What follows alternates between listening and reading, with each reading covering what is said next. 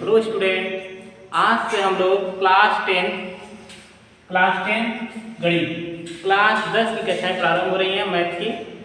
और आज से हम लोग मैथ को हल करेंगे, मैथ को पढ़ेंगे। इसके जितने भी चैप्टर हैं उनको एक एक करके हम लोग समझेंगे और उसके सवालों को हल करेंगे। तो आज चूँकि पहला दिन है तो आइए कुछ हम बेसिक चीज़ें जानते हैं और पहले चैप्टर से हम समझते हैं। पहला चैप्टर आपका है वास्तविक संख्याएं। पहला चैप्टर क्या है? वास्तविक संख्याएं।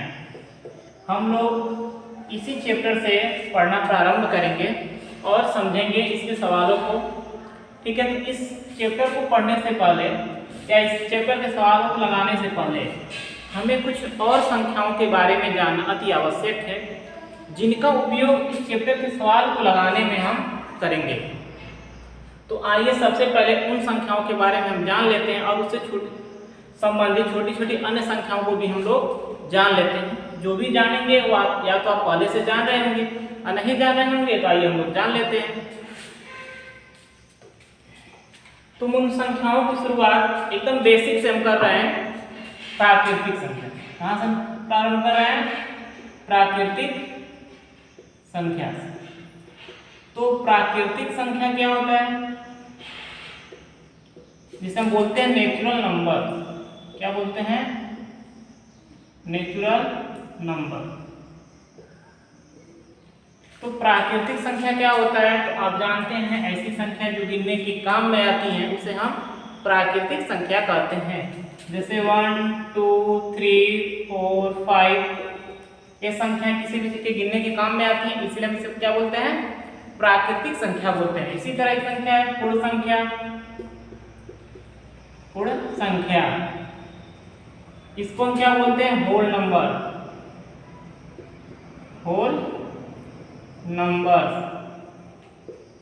तो पूर्ण संख्या क्या होती है? प्राकृतिक संख्या में 0 को ऐड कर लीजिए तो जो संख्या बनेगी वो आपका हो जाएगा पूर्ण संख्या। डैश का मतलब आगे आने वाली संख्याएं, अब बढ़ते चले जाए संख्याएं आते चली जाएंगी। इसी तरह से आपका हो जाएगा पूर्णांक, जिसको हम बोलते हैं इंटीजर्स। पूर्णांक क्या होता है? जब हम पूर्ण संख्या को चिन्हों के साथ दर्शाते हैं उसी को हम बोलते हैं पूर्णांक। हम केवल संख्या के बारे में पढ़ रहे हैं, यह पूर्णांक क्या होता है, इसका नेचर क्या है, इसके बारे में हम लोग नहीं पढ़े। पूर्णांक कौन कौन सी संख्या होती हैं केवल हम उसके बारे में हम जानने की कोशिश कर रहे हैं। 0 + 1 + 2 + 3 + 4, इधर आ जाइए -1 -2 -3 -4। दोनों तरफ संख्याएं बढ़ जाएंगी, इधर भी संख्या बढ़ती चली जाएंगी और इधर संख्याएं बढ़ती चली जाएंगी। हम केवल यह जानने की कोशिश कर रहे हैं पूर्णांक संख्या किस रूप में होती हैं, पूर्ण संख्या किस रूप में होती हैं, प्राकृतिक संख्याएं किस रूप में होती हैं। अब पूर्णांक को भी हम दो रूपों में इसको तोड़कर समझ सकते हैं। एक होता है धनात्मक पूर्णांक, इसको हम बोलते हैं पॉजिटिव इंटीजर्स। धनात्मक पूर्णांक क्या होता है? नाम से अर्थ निकल रहा है धनात्मक पूर्णांक। पूर्णांकों में से धनात्मक संख्याओं को क्या करिए? बाहर निकाल दीजिए। क्या हो जाएगा? +1 +2 +3 +4। फिर आ जाइए ऋणात्मक पूर्णांक। ऋणात्मक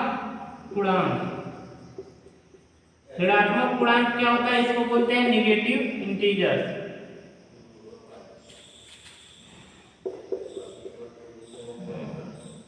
इसको थोड़ा देख लीजिएगा, इसका स्पेलिंग नेगेटिव इंटीजर्स। ये क्या होता है? ऋणात्मक पूर्णांक हो जाएगा -1 -2 -3 -4 डैश करके चले जाइए। तो ये आपका हो गया प्राकृतिक संख्या, पूर्ण संख्या, पूर्णांक। पूर्णांक में दो रूप, धनात्मक और ऋणात्मक। इसके बारे में हम लोगों को ज्यादा देखना है, तो इसको समझ जाइए आप। पूर्णांक किस रूप में होता है? धनात्मक पूर्णांक और ऋणात्मक पूर्णांक। ये आपको समझ में आ गया होगा। आइए कुछ और संख्याओं के बारे में जानते हैं। अब इसके अगला जो संख्या है बता रहे हैं आपको सम संख्या। क्या है? सम संख्या। सम संख्या जिसको हम क्या बोलते हैं? Even number.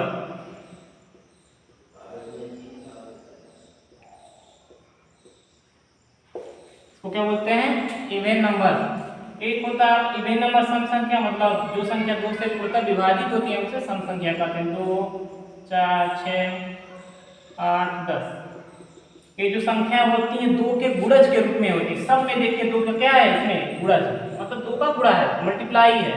तो आपको चीज ध्यान में आनी चाहिए। एक होता है विषम संख्या। विषम संख्या क्या आपका हो जाएगा? जो संख्या 2 से पूर्णतः विभाजित नहीं होती है उसे विषम संख्या कहते हैं। 1, 3, 5, 7, 9 ये आपका हो गया विषम संख्या। सम संख्या हो गया, विषम संख्या हो गया, इसे हम बोलते हैं ऑड नंबर। क्या बोलते हैं? Odd number. ठीक है। आइए फिर और कुछ संख्याओं के बारे में जानते हैं। एक संख्या आपका होता है अभाज्य और भाज्य। तो उसको जानने से पहले आइए हम गुणनखंड जानते हैं क्या होता है। गुणनखंड जिसको हम बोलते हैं फैक्टर, यह क्या होता है? तो देखिए इस नाम से परिचित हैं, भली बात। आप गुणनखंड जानते हैं क्या होता है। आप लोअर क्लास में भी पढ़े होंगे। जैसे मान लीजिए 4 है, 6 है, इसका गुणनखंड निकालिए। फिर आप 10th में आते हैं तो वहाँ पे आप बीजगणितीय फलन जो होता है, बहुपद होता है, द्विघात का या एक घात के रूप में भी हो, उसका गुणनखंड निकालते हैं। उसी चीज को हम थोड़ा सा और जान लेते हैं। जैसे 1 का कहा जाए, 1 का गुणनखंड, हम संख्याओं का गुणनखंड की बात कर रहे हैं तो क्या होगा बताइए? 1 हो जाएगा। 2 का गुणनखंड 1, 2। 3 का गुणनखंड 1, 3 आपका हो जाएगा। 4 का गुणनखंड 1, 2, 4। 5 क्या हो जाएगा? 1, 5। 6 क्या हो जाएगा? 1, 2, 3, 6। 7 क्या हो जाएगा आपका? 1, 7। इसी तरह से 8 क्या हो जाएगा? 1, 2, 4। इसी तरह से अन्य संख्याओं का भी आप गुणनखंड निकाल सकते हैं। गुणनखंड का तात्पर्य ही होता है जो संख्या जिस संख्या को डिवाइड कर देती है, विभाजित कर देती है, उसका क्या कहलाती है? गुणनखंड कहलाती है। देखिए 1 को कौन डिवाइड करेगा? ओनली 1 करेगा। 2 को कौन डिवाइड करेगा? 1, 2 करेगा। 3 को 1, 3। 4 को 1, 2, 4। ऐसे अन्य संख्याओं को भी आप निकाल सकते हैं। तो यह सब क्या कहलाएंगे? गुणनखंड इन संख्याओं के। 8 का गुणनखंड कौन कौन सी संख्या होगी? 1 होगी, 2 होगा, 4 होगा, 8। अब इस संख्याओं को ध्यान से देखिए तो बहुत सारी ऐसी संख्याएं हैं जिनके केवल 2 गुणनखंड आपको दिखाई दे रहे हैं। कितने गुणनखंड? 2 गुणनखंड। तो इन संख्याओं को निकालकर एक अलग नाम दे दिया गया है। इन संख्याओं को यहां से निकालकर एक अलग नाम दे दिया गया है। वह नाम है आपका अभाज्य संख्या। क्या है? अभाज्य संख्या। क्या नाम दिया गया है? अभाज्य संख्या, जिसे हम बोलते हैं प्राइम नंबर। Prime number. तो अभाज्य संख्या आपसे कोई पूछे क्या होता है तो आप क्या कहेंगे? ऐसी संख्या जिनके केवल 2 गुणनखंड होते हैं। जिनके केवल 2 गुणनखंड होते हैं अभाज्य संख्या कहलाते हैं। 2, 3, 5, 7, 11, 13, 17, 19, 23, 29। इस तरह करके ढेर सारी संख्याएं होती हैं जो आपको कहलाती है अभाज्य संख्या। तो अभाज्य संख्या का डिफिनेशन ही होता है ऐसी संख्या जिसके केवल 2 गुणनखंड हो। आपके शब्द यूज करना है क्या? केवल 2 गुणनखंड हो, उसे हम बोलते हैं अभाज्य संख्या। आप यह नहीं कहेंगे जो संख्या स्वयं से विभाजित होती है वह अभाज्य संख्या, क्योंकि एक ऐसी संख्या है जो स्वयं से विभाजित होती है तो इसके लिए तो डिफिनेशन सही हो जाएगा। लेकिन इसमें देखेंगे तो इसके केवल एक ही गुणनखंड है तो वहां से क्या हो जाएगा? गलत हो जाएगा। इसलिए आप कहेंगे ऐसी संख्या जिसके केवल 2 गुणनखंड होते हैं अभाज्य संख्याएं कहलाती हैं। अब उसके बाद अभाज्य संख्याओं को छोड़ दीजिए और 1 को आपको छोड़ देना है। तो बाकी संख्याएं देखेंगे सबका 2 से क्या है? अधिक गुणनखंड है। तो इन संख्याओं को बोला जाता है भाज्य संख्या। क्या बोला हो जाते हैं भाज्य संख्या। इसको हम बोलेंगे भाज्य संख्या, इसको हम बोलते हैं कंपोजिट नंबर, कंपोजिट नंबर। तो इसका मतलब क्या हो जाएगा, ऐसी संख्या जिसके दो से अधिक गुणनखंड होते हैं वह भाज्य संख्या कहलाती है। इसलिए यह चीज बताया जा रहा है कि पहले चैप्टर में इसका बहुत महत्व है। ठीक है, यह शब्द आपको कहीं ना कहीं मिलेंगे सवाल में, उस समय सवाल लगाते समय आपको दिक्कत न हो, इसलिए इस चीज को पहले बताया जा रहा है। और बेसिक तौर पे संख्याओं के बारे में फिर से आपका रिवीजन भी हो जाएगा। ये आपका हो गया। आइए कुछ और संख्याओं के बारे में जानते हैं। दो संख्याओं के बारे में और बताते हैं। एक आपका परिमेय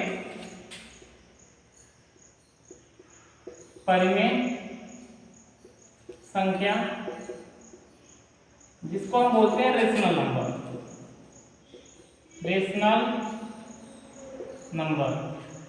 परिमेय संख्या आप जानते हैं, जिस संख्या को हम P बटे Q के रूप में व्यक्त करते हैं परिमेय संख्या कहलाता है। P Q कैसी संख्या होती है, पूर्णांक। P Q कैसी संख्या होती है, पूर्णांक। तथा Q नॉट इक्वल टू 0, जो Q होता है 0 के बराबर नहीं होता है। तो ये आपका हो गया, जो संख्या P बटे Q के रूप में व्यक्त की जाती है आपका परिमेय संख्या कहलाती है, जहां P और Q पूर्णांक संख्या होती हैं और Q 0 के इक्वल नहीं होता है। इसी तरह आप जैसे एग्जाम्पल के तौर पर जैसे 2/3, 5/6, -7/2, 3, 5, ये सब कैसी संख्या है, परिमेय संख्या। अब आइए आपका अपरिमेय संख्या। अपरिमेय संख्या को हम बोलते हैं इररेशनल नंबर। क्या होता है, इररेशनल नंबर। तो अपरिमेय संख्या क्या होती है, इसका आप समझने के लिए आप सीधे कह सकते हैं जो संख्या परिमेय नहीं होती है अपरिमेय संख्या कहलाती है। 10th तक तो सही है डिफिनेशन, जो संख्या परिमेय नहीं होती है वह अपरिमेय संख्या कहलाती है। इसका कोई सटीक डिफिनेशन नहीं मिलता है, फिर भी इसको समझने के लिए हम समझ सकते हैं। अगर कोई संख्या अंडर रूट में लिखी है P/Q, तो इन दोनों में से P और Q कैसी संख्या होंगी, पहले इसकी बात करेंगे। धनात्मक पूर्णांक। कैसी संख्या होंगी, धनात्मक पूर्णांक। PQ कैसी संख्या है आपकी, धनात्मक पूर्णांक। Q नॉट इक्वल टू 0 और P और Q में से P या Q दोनों में से कम P या Q से कोई एक पूर्णवर्ग संख्या नहीं होगी। कैसी संख्या नहीं होगी, पूर्णवर्ग। पूर्णवर्ग का मतलब जिसका संख्या को किसी न किसी संख्या के वर्ग के रूप में हम लिख सकें, तो ऐसी संख्या नहीं होनी चाहिए। तो जो संख्या बनेगी वह कहलाएगी अपरिमेय संख्या। पूर्णवर्ग नहीं होना चाहिए, पूर्ण क्यूब नहीं होना चाहिए। अगर यहाँ 3 है, ठीक है, तो ऐसे ही देखना है आपको। जैसे समझने के लिए मान 3/2, 2 तो ठीक है, इसको कड़ी में नहीं लिख सकते, कड़ी में रहता तो 4 रहता तो बाहर निकल आता। या 3 देखिए, 3 कड़ी से बाहर नहीं निकलेगा ना, ये अपरिमेय संख्या होंगे। अब जैसे दोनों को संयुक्त रूप से है, जैसे मान लीजिए 4/5, तो आपसे कहा जाए परिमेय तो अपरिमेय, तो 4 से बाहर 2 आ सकता है लेकिन 5 नहीं निकलेगा। ये भी क्या है, और परिमेय संख्या है। या इधर समझ लीजिए, मान लीजिए हमने लिख दिया 9/4, तो यहाँ पे यह बताइए परिमेय है कि अपरिमेय। या 3 आ जाएगा, यहाँ से 2 आ जाए, ये तो परिमेय का मतलब। हमने क्या कहा, दोनों में से कम एक पूर्णवर्ग नहीं होना चाहिए। तो ये देखिए 3 का वर्ग निकला या 2 का वर्ग निकला, 3/2, या परिमेय ना हो, अपरिमेय ना हो तो परिमेय हो गया। तो कहने का मतलब दोनों में से एक कम से कम पूर्णवर्ग नहीं होना चाहिए। तो ये आपका हो गया परिमेय संख्या, अपरिमेय संख्या। अब हम एक संख्याओं के बारे में बताते हैं, जो चैप्टर भी आपका वही नाम है, इसका नाम है वास्तविक संख्या। क्या नाम है, वास्तविक संख्याएं, जिसको हम बोलते हैं रियल नंबर। अब वास्तविक संख्या क्या होता है, रियल नंबर। यह कोई विशेष रूप की अपनी संख्या नहीं है, इसका कोई अपना डेफिनेशन नहीं है। जो आप परिमेय संख्या पढ़े हैं परिमेय संख्या और अपरिमेय संख्या, अपरिमेय संख्या, इन दोनों प्रकार की संख्याओं को ही हम बोलते हैं वास्तविक संख्या। क्या बोलते हैं? वास्तविक संख्या। कहने का तात्पर्य है अगर कोई संख्या परिमेय है उसको भी वास्तविक संख्या बोल सकते हैं, कोई अपरिमेय है उसको भी वास्तविक संख्या बोल सकते हैं। तो दोनों प्रकार की संख्याओं को, जैसे 3/5 इसको हम वास्तविक संख्या कहेंगे क्योंकि यह संख्या परिमेय है। कड़ी 3/2 इसको भी हम वास्तविक संख्या कहेंगे, यह भी क्या है? अपरिमेय है। तो दोनों प्रकार की अगर संख्या लिखी गई है उन दोनों प्रकार की संख्याओं को हम बोल सकते हैं वास्तविक संख्या। तो यह आपका हो गया एक बेसिक तौर पे हमने सभी संख्याओं के बारे में हम जान लिए और वास्तविक संख्या के बारे में ही हमें अध्ययन करना है, जो पहला चैप्टर है। हमने प्राकृतिक संख्या, पूर्ण संख्या, पूर्णांक, धनात्मक पूर्णांक, फिर हमने ऋणात्मक